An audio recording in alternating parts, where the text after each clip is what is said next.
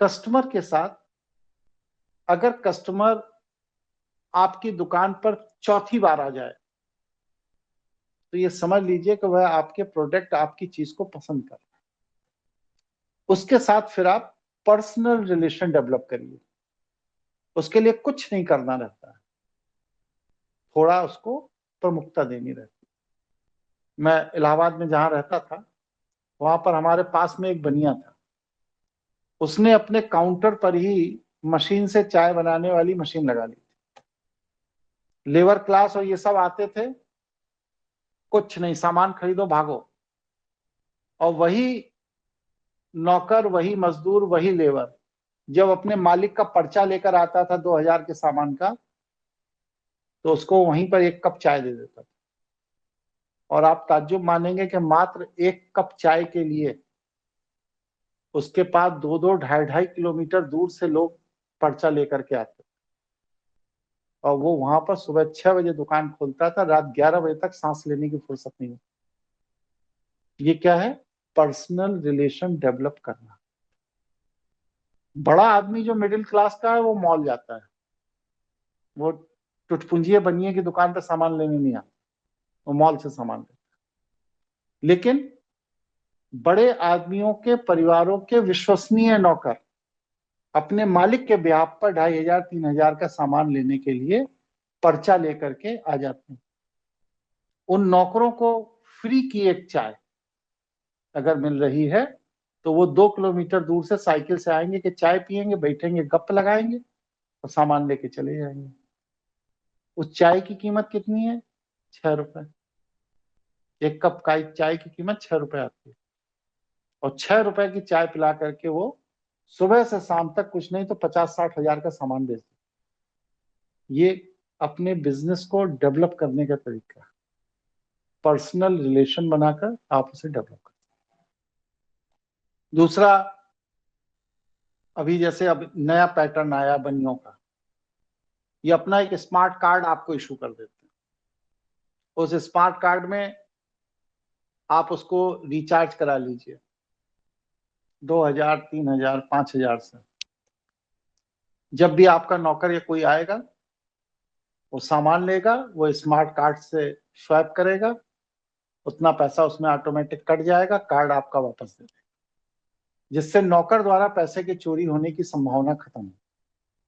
ये क्या है? डिजिटली व्यक्ति को एश्योर करना। और उस स्मार्ट कार्ड को इशू करने के लिए आप व्यक्ति की मेल आईडी लेंगे, मोबाइल नंबर लेंगे। आपने अपने सॉफ्टवेयर में वो मेल आईडी और मोबाइल नंबर डाल रखा है।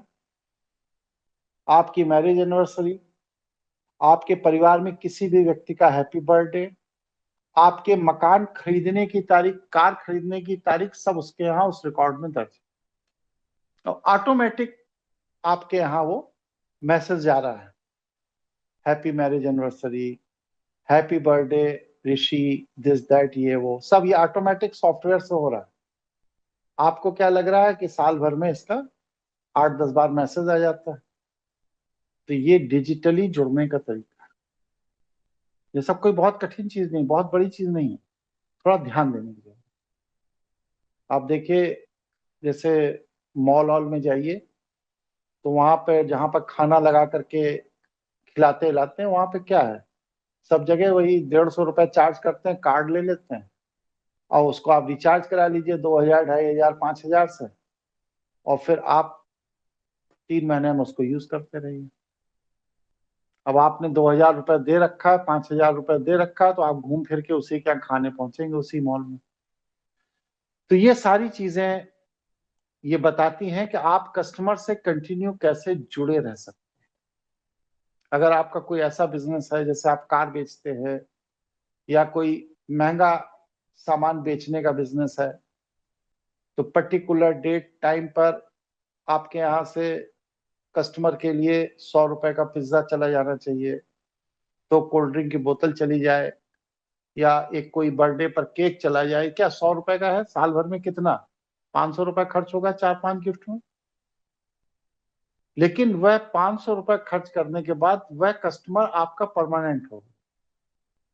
फिर वो कोई भी डील करेगा आपके सेक्टर की, तो एक बार आपसे संपर्क करेगा जरूर, और अगर वह आपसे संपर्क कर रहा है तो आप उसके संपर्क का लाभ उठाकर कस्टमर की रिक्वायरमेंट आप समझ लीजिए, फिर आप आगे बढ़ जाइए।